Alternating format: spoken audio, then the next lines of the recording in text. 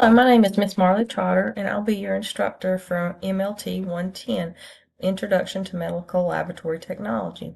First off, I'd like to take this opportunity to welcome you to Western Piedmont Community College and the Medical Laboratory Technology program. Our first lecture that we'll be covering will be blood-borne pathogens. We have several objectives to cover in this unit, so I will let you read through these on your own by pausing the video at this time. Working in the medical laboratory technology field, we have to be worried about certain government regulations. One of the regulatory agencies that we have to be concerned with is OSHA, which stands for the Occupational Safety and Health Administration. This is a federal agency that is created and enforces workplace safety regulations. Employers must meet certain requirements for employees.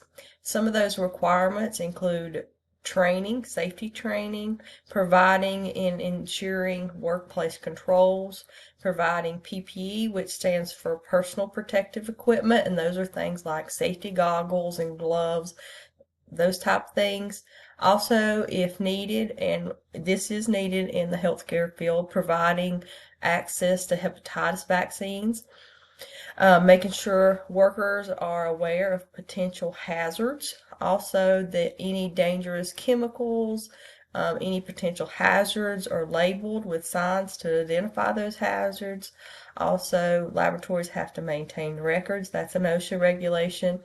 And also, you have to make available exposure and treatment plans, including a follow-up plan. Next, we're going to talk about actual blood-borne pathogens.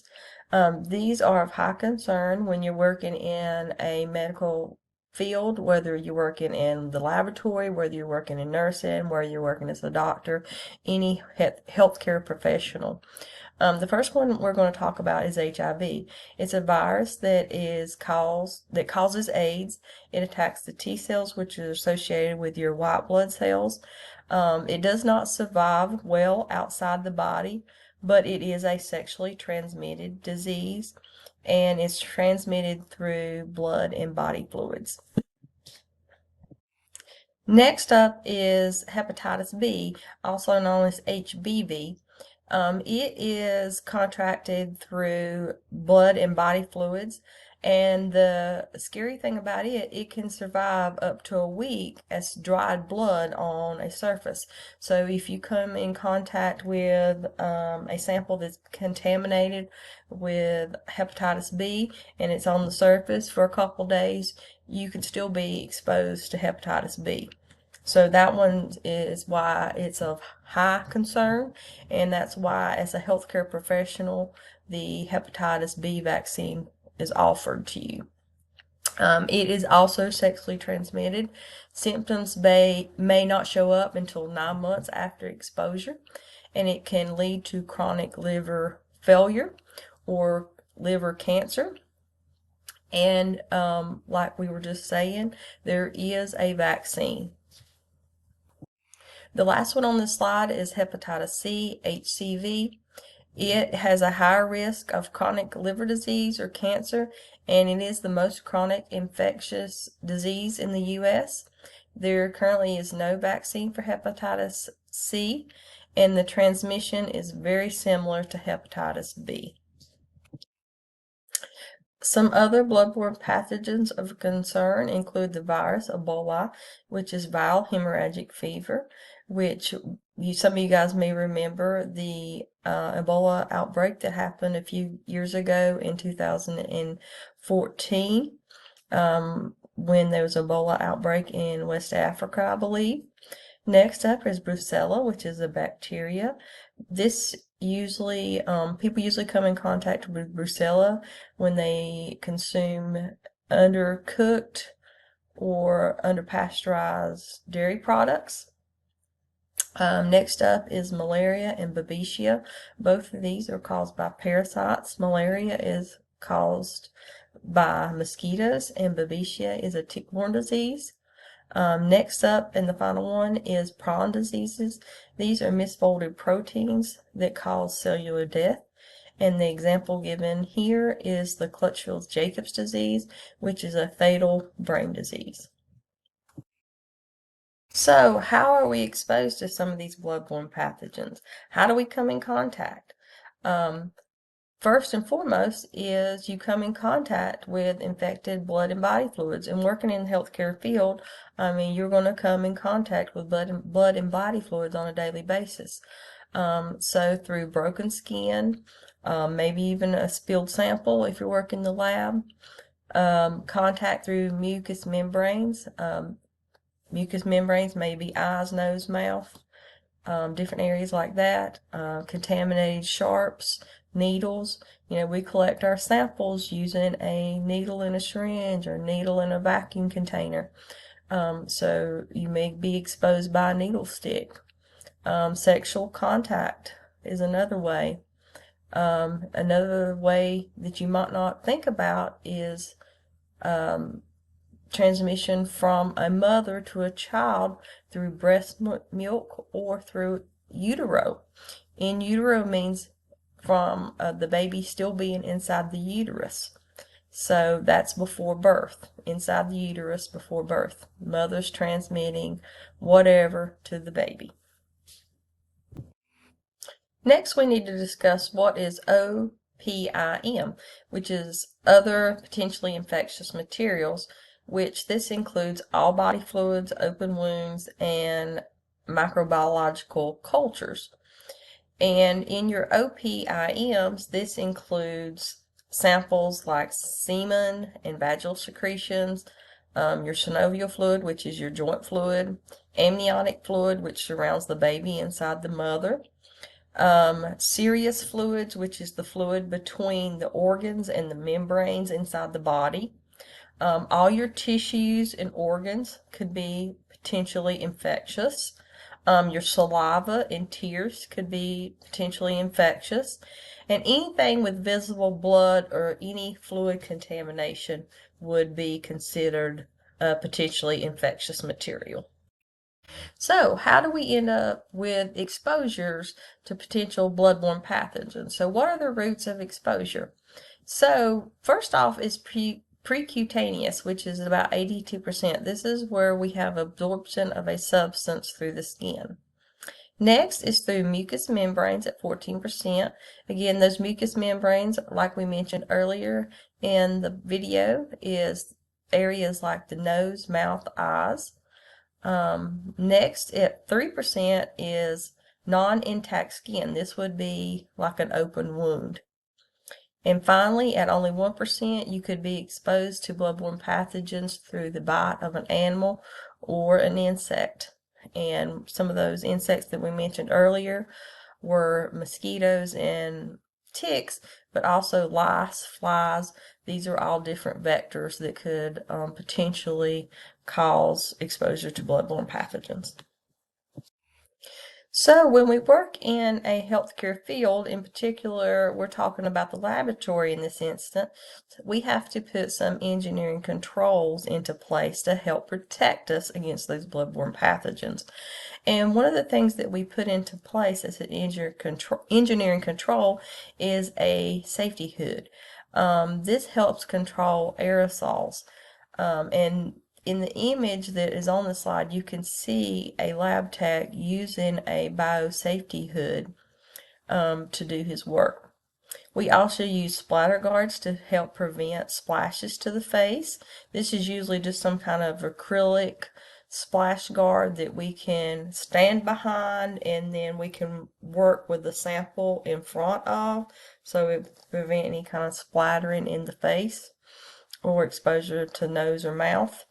Also, our sharps containers, where we would dispose all of our needles or scalpels or anything that might be sharp that we could poke ourselves and contaminate ourselves. Disposal containers, we always have plenty of disposable biohazard containers available to put all of our waste in that is contaminated. And also, we use negative air pressure rooms.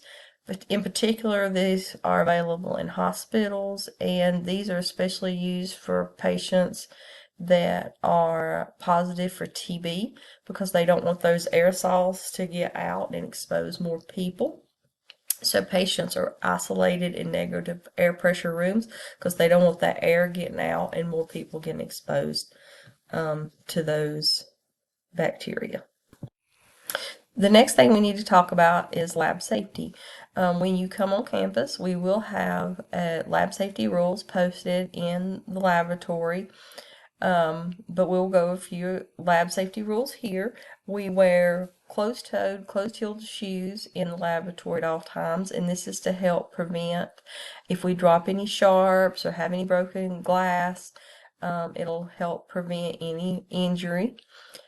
We keep long hair pulled back. This is just to help with hair not being pulled or getting caught in anything.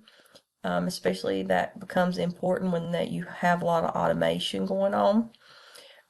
There's no eating, drinking, or smoking in the lab for obvious reasons. If you're working with samples and that's possibly contaminated, you don't want to be eating or drinking around those samples. You do not touch clean surfaces with dirty gloves, and you want to change your gloves often in between samples, in between patients. PPE, or personal protective equipment, is what we need to cover next. The most important one probably for lab techs is gloves. You need to have gloves of a good fit. You don't want them too loose, and you will need to remove them one at a time. You're going to pull from the cuffs and turn them inside out as you pull down on them to remove them. And we actually have a lab where you're going to learn to don and doff your gloves correctly. And then you're going to discard them into a biohazard container. Next up is your lab coats. We assign all of our students lab coats for labs. These lab coats are fluid resistant. You will not wear those outside of the laboratory area because they're considered contaminated or dirty. The lab coats must cover the arms and lap when sitting, and you must be able to have the lab coat buttoned or snapped during labs. Also, students will be assigned a face shield or goggles or safety glasses, and these are worn at all times during lab, but especially when there's a splashing or aerosol or a potential for an aerosol hazard. Also, we have masks in lab. Our students are not required to wear masks currently, but they are certainly available if students would like to wear a mask. Also, N95 respirators are another PPE piece of equipment that students could wear. We don't necessarily always have N95 respirators, but that is part of PPE. So I mentioned on the previous slide about the donning and doffing lab. So putting on your PPE is known as donning. So the type of PPE depends on the situation. If you're in a situation where you feel like there's going to be more exposure or more potential for contamination, you may put on more PPE. And if you're going into a situation where you don't feel like there's quite as much potential for exposure, you might not put on as much PPE. But the very first thing you're going to do, whether you're in the laboratory or you're going into a patient's room, you're going to wash your hands or sanitize your hands with hand sanitizer. Then you're going to put on your lab coat or gown, whichever situation you're in. For our particular situation, we're going to be putting on a lab coat. Then if you're going to put on a mask or N95, you would put it on after the lab coat. Then you're going to put on your goggles, face shield, or safety glasses, whichever you're going to wear in lab. And then lastly, you're going to put on your gloves. And again, you want well-fitting gloves, and you're going to pull the gloves all the way up over the cuffs of your lab coat. The removal of your PPE is known as doffing. First thing you're going to remove is your gloves. And again, we're going to practice in class, in lab, so you're going to know how to take off your gloves correctly. Then you're going to remove your face shield, goggles, or safety glasses, whichever you choose. Then you're going to remove your lab coat. Then you're going to remove your mask if you're wearing a mask. And then finally, you're going to wash your hands. And you want to wash all parts of your hand for at least 20 seconds. They say that's equivalent to singing the happy birthday song twice in a row. I hope that all this information has been helpful and you've learned a lot in this first introductory part of MLT 110, and I will see you over in part 2.